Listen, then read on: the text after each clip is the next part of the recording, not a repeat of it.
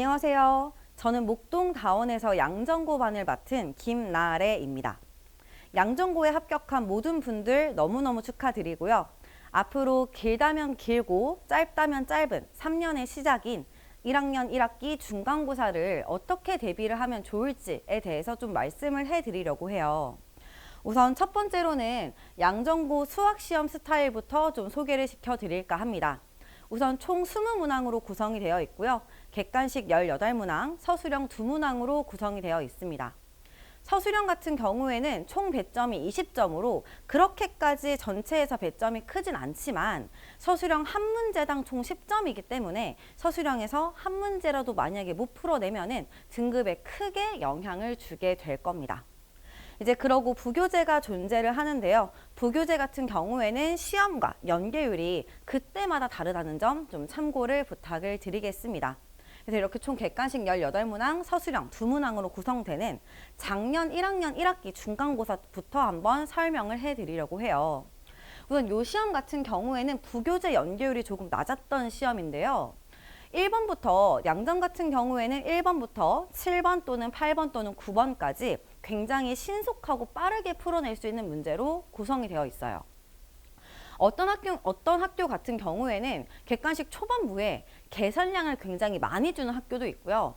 아니면 이 시험이 굉장히 쉬운 대신에 앞에 1번 문제가 배점이 이제 1.8점 정도가 되는 학교들이 있는데요. 양전고는 보시면 알겠지만요. 1번 문제가 무려 4점, 2번 문제도 4점, 비교적 쉬운 편이었었던 9번 문제도 4.4점으로 쉬운 문제도 굉장히 배점이 크게 되어 있습니다. 이제 그래서 이 앞부분은요, 저 같은 경우에는 총 9문제를 푸는데 한 4분 정도도 안 걸렸었는데 어쨌든 학생들이 굉장히 신속하고 정확하게 풀 수 있는 문제들로 구성이 되었고 이렇게 기본적인 문제만 하더라도 총점이 무려 37.3점이 이미 확보가 됩니다. 이제 그러고 서술형을 보여드릴 텐데요. 서술형 같은 경우에는 서술형 1번은 다른 교과서에 교과서 창의 문제가 출제가 되었는데 물론 문장 길이가 너무 길어서 이제 낯설게 느껴질 수도 있지만 문제에서 물어본 결론 같은 경우에는 일반적인 시중 문제집에 충분히 실려 있는 문제이기 때문에 학생들이 충분히 풀어낼 수가 있었을 거고요. 서술형 2번 같은 경우에는 참고로 이 문제가 부교재 변형 문제인데 모의고사 29번 문제를 변형한 문제예요. 모의고사 29번이면 되게 어렵다라고 생각할 수도 있지만 이 부교재 문제를 한 번 또는 2번 정도 풀어본 학생이라면 크게 복잡하지 않은 문제이기 때문에 또 충분히 풀 수가 있었을 거예요. 양전 같은 경우에는 서술형 2문제를 정말 처음 보는 낯선 고난도 문제로 구성을 하진 않습니다. 하지만 보시는 이 20번 문제처럼 조금 어려운 문제가 출제가 될 수는 있어서 어쨌든 부교재를 탄탄히 해놓는 게 굉장히 중요할 거고요. 서술형 채점 기준 같은 경우에는 빡빡하진 않지만 저 같은 경우에는 이제 4월 초중순부터 서술형 답안지 작성하는 방법을 연습을 시키고요. 그러고 3월 말부터 실전 테스트를 보게 될 텐데 그때 서술형을 꼭 추가를 해서 아이들한테 이런 거 안 적으면 너 지금 여기서 벌써 3점 날라갔어. 이런 식으로 첨삭을 꼭 해주는 편이기 때문에 서술형 케어는 그런 식으로 진행을 할 것이고 서술형에서 그렇게 크게 어려운 문제가 출제가 되지 않는다는 점 참고를 부탁을 드리겠습니다. 자, 이제 그러고 11번, 13번, 17번 유의미한 부교재 변형 문제가 출제가 됩니다.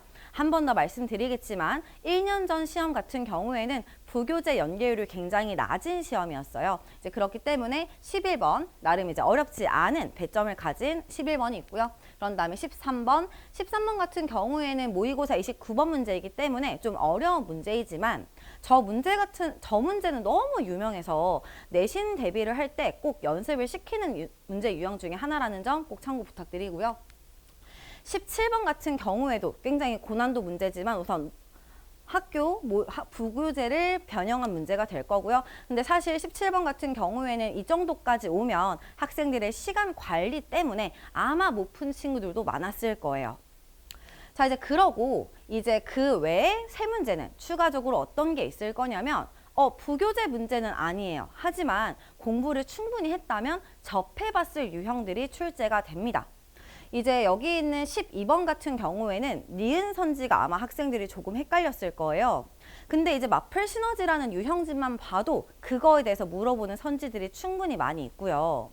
그 다음에 있는 14번도 마찬가지로 이제 상수항과 최고차항을 조금 제외를 해줘야 되는 좀 그런 부분들이 있기는 하지만 그런 부분들도 일반 유형집 또는 내신 대비를 할 때 충분히 연습시키는 문제가 되게 될 거고요.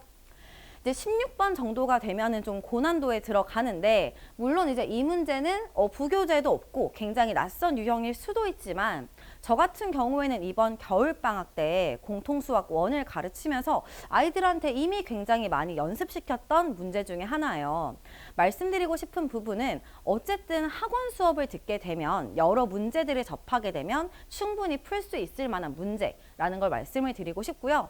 이렇게 세 문제까지 해서 무려 총 누적 점수가 85.3점이 되게 됩니다. 양정고 같은 경우에는 9등급제 기준으로 2등급 커트라인이 시험이 쉬우면 2개 반 정도 틀리면 되고요. 시험이 어려우면 한 4개 정도 틀려도 괜찮지만 일반적으로는 2등급 커트라인을 80점 중후반대라고 예상을 합니다. 이제 그러면 여기까지만 만약에 다 맞출 수가 있다면 85.3점이 완성이 되고요. 이제 그 후에 10번, 15번, 18번에서 고난도 외부 문제가 나왔는데요. 우선 여기 있는 10번 문제 같은 경우에는 고난도라고 하기에는 좀 그렇지만 학생들은 원래 도형 문제를 굉장히 어려워하기 때문에 제가 고난도라고 넣어놨고요. 근데 10번 같은 경우에는 아마 객관식 초반부이기 때문에 학생들이 차분하게는 풀 수가 있었을 거예요. 하지만 옆에 있는 15번, 18번 같은 경우에는 풀 수 있을 수도 있지만 시간 관계상 못 풀고 친숙한 부교재를 선택한 친구들이 많았을 겁니다. 이제 그래서 아마 이 문제들은 학생들이 많이 찍었을 것 같고요.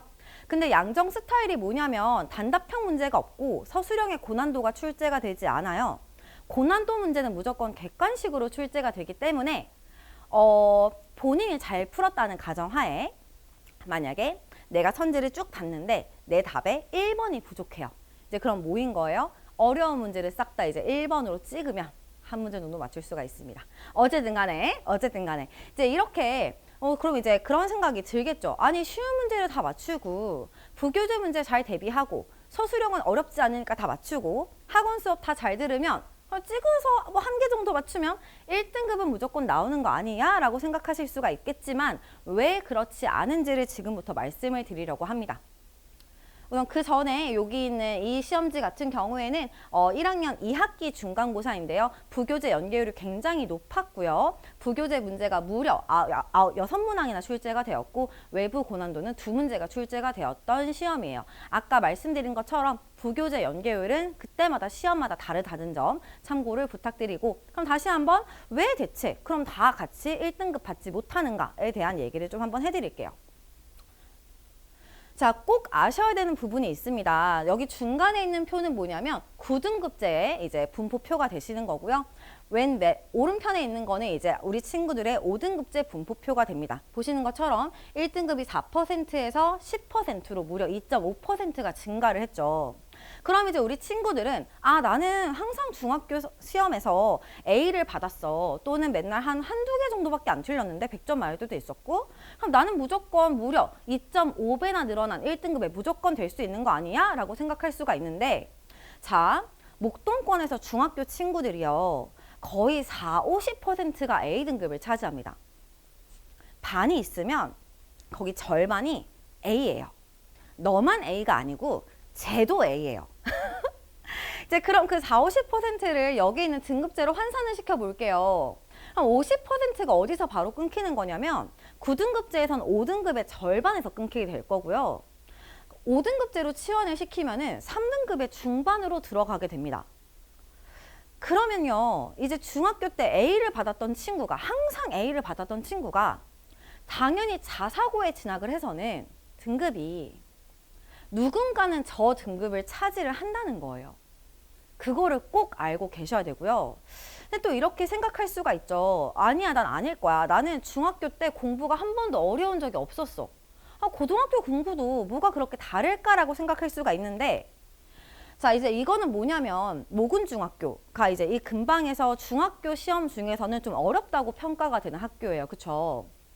모군중학교에서 제가 공통수학 1이랑 연결된 이제 2차 함수 부분의 고난도 문제를 가지고 왔어요. 물론 모군중 애들한테 이 얘기 하니까 쌤 그때 시험이 쉬웠어요 라고 말하긴 하던데 어쨌든 문장 길이와 조건을 보시면 굉장히 단순하다는 걸 알 수가 있어요. 그쵸? 이게 중학교 시험이죠. 시간이 절대로 부족하지 않고 모르는 문제는 거의 없을 것이고 그쵸? 모든 문제를 풀어서 실수 정도로 한 게 틀리면 A 등급이 나오는 그런 게 중학교 시험인데 자, 오른쪽을 보세요.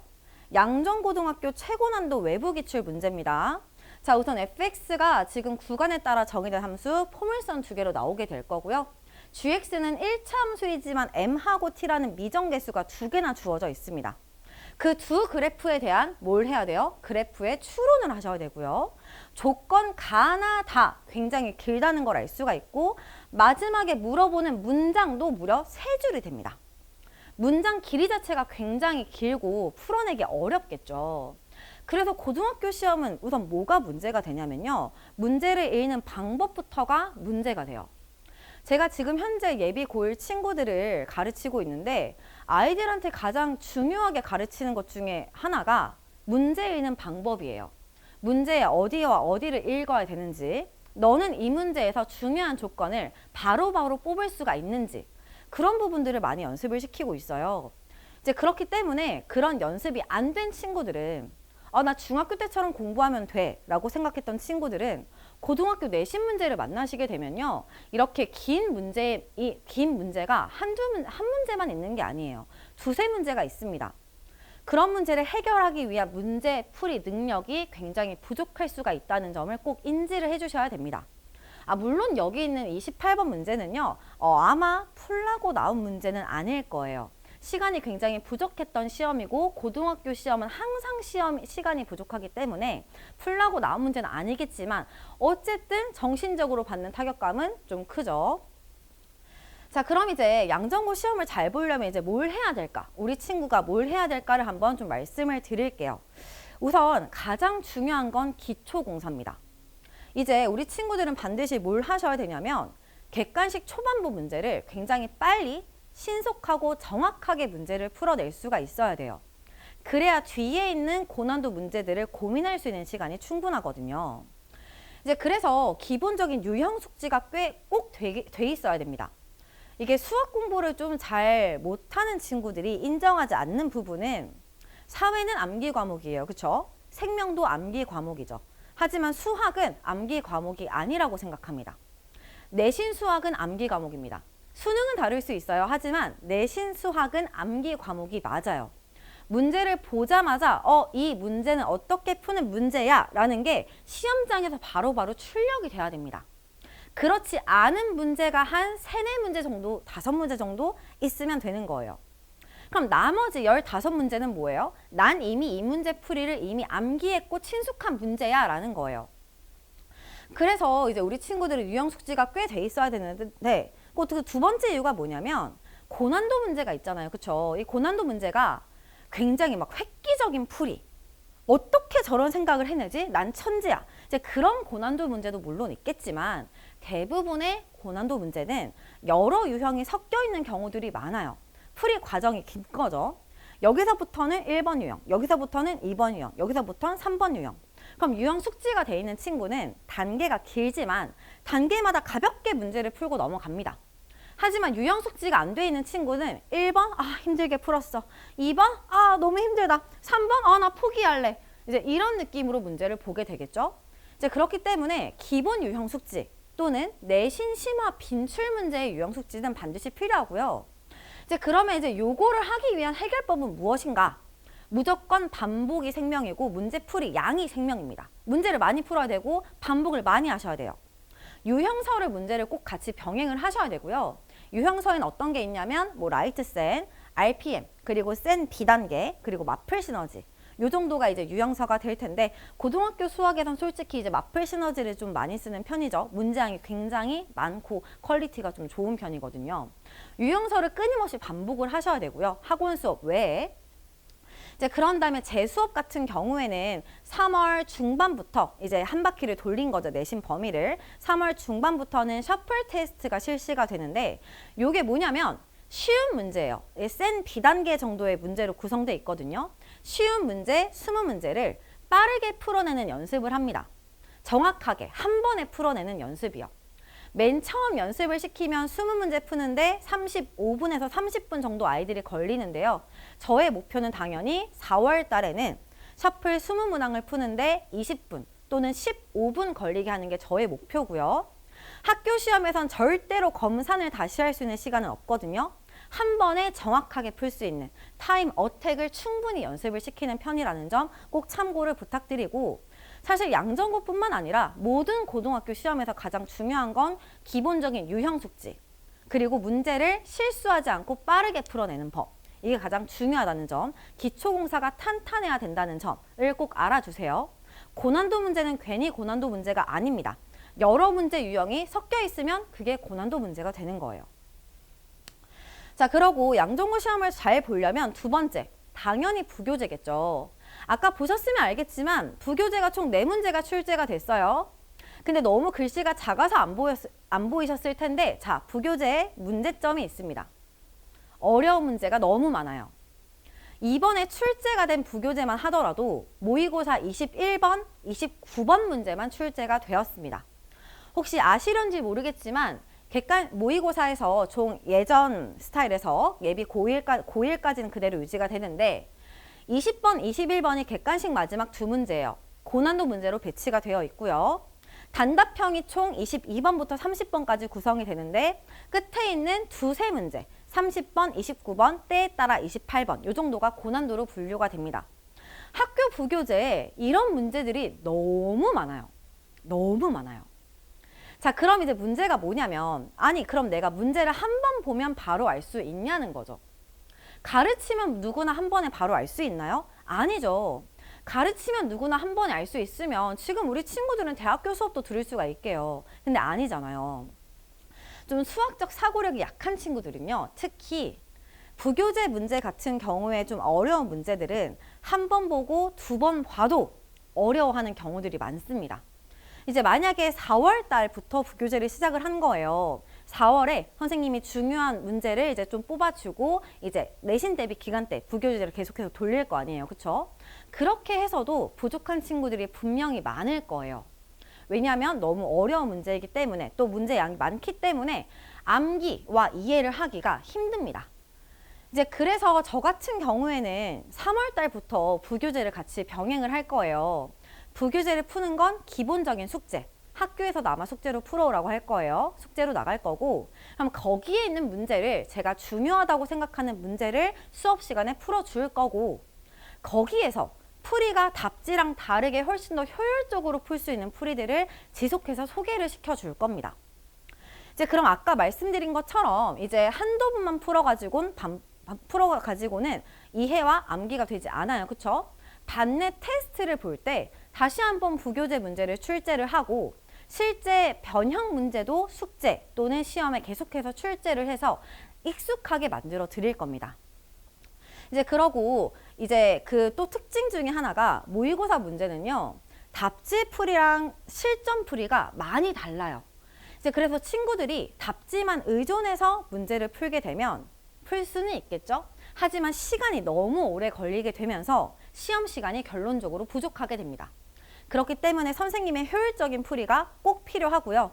이제 그래서 학원에서 우리 친구들은 양정고 반에서 3월부터 양정고 부교재를 공부를 하시게 될 거라는 점을 꼭 강조를 드리고 싶어요. 우리 친구들이 부교재를 한 번만 봐도 풀 수 있을 정도의 똑똑한 친구다. 그러면 문제가 되지 않습니다. 하지만 모의고사 21번, 20번, 29번, 30번 문제가 거의 한 2, 30문제로 구성된 부교재를 타파하기 위해서는 3월 달부터 양정고 반에서 공부하는 건 조금 필요하다고 저는 생각을 해요. 자, 그래서 마지막으로 제 수업 소개를 좀 한번 해드리도록 할게요.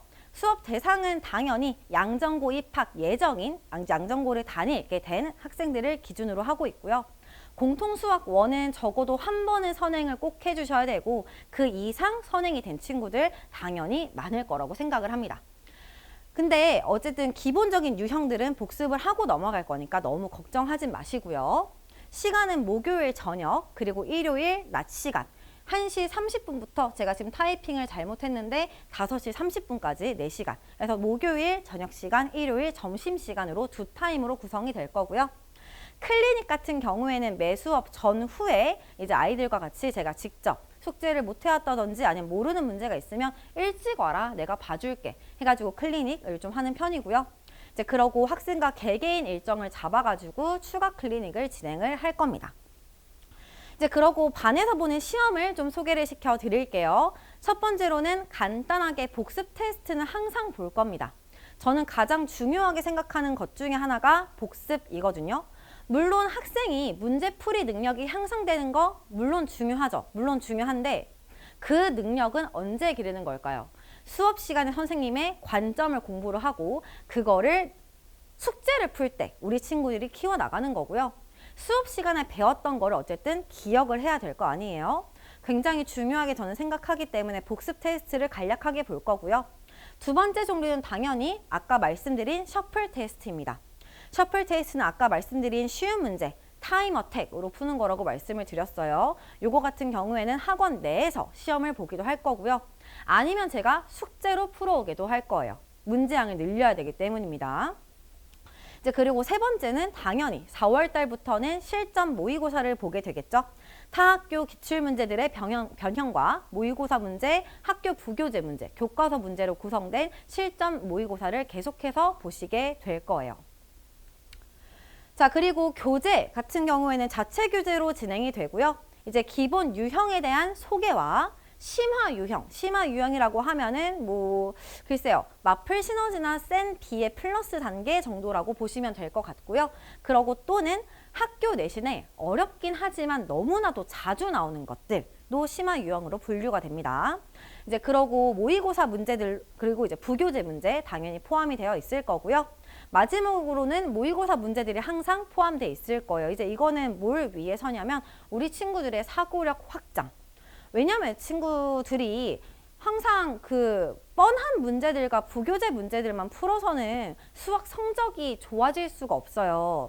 물론 되게 암기를 하면은 고등학교 1학년 시험 정도는 버틸 수가 있겠죠. 선행을 하는 수가 많기 때문에. 하지만 2학년, 3학년 때부터는 그렇게 공부를 하시면 안 되거든요. 낯선 문제를 많이 접근하셔야 되고 낯선 문제를 어떻게 풀어낼지에 대한 고민이 많이 필요합니다. 그렇기 때문에 꼭 모의고사 조금 어려운 문제들을 항상 같이 수록해서 학생들이 낯선 문제를 어떻게 접근할지에 대해서 소개를 한번 해드릴 거고요. 자, 과제 같은 경우에는 첫 번째 워크북, 당연한 거죠, 그치? 자, 두 번째가 뭐냐면 복습 노트라는 게 있는데 다시 한번 말씀드리지만 내신 문제를 가르칠 땐 기본적으로는 암기가 굉장히 필요해요. 암기를 잘 하려면 반복하면 되고요. 반복하기 가장 좋은 방법은 배우고 가장 빠르게 복습하는 겁니다.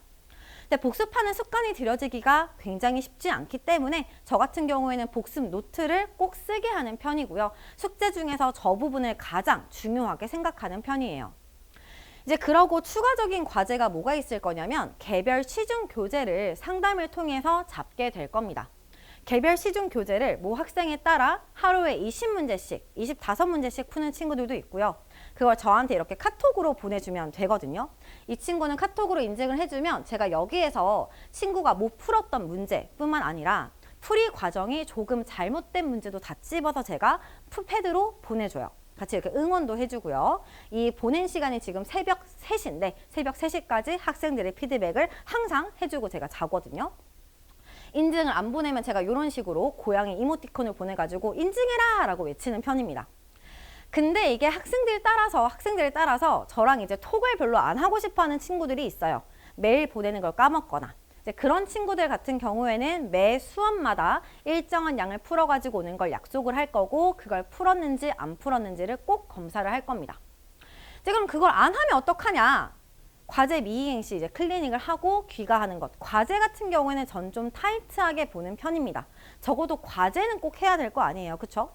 저런 과제들을 이제 클리닉에서 꼭 수업 시간에 전에 약속을 해요. 우리는 이러이러해서 과제는 꼭 해야 된다고 생각을 한다. 근데 너네가 못했을 때 이러이러한 이유 때문에 웬만하면 남아서 하고 가는 게 좋다.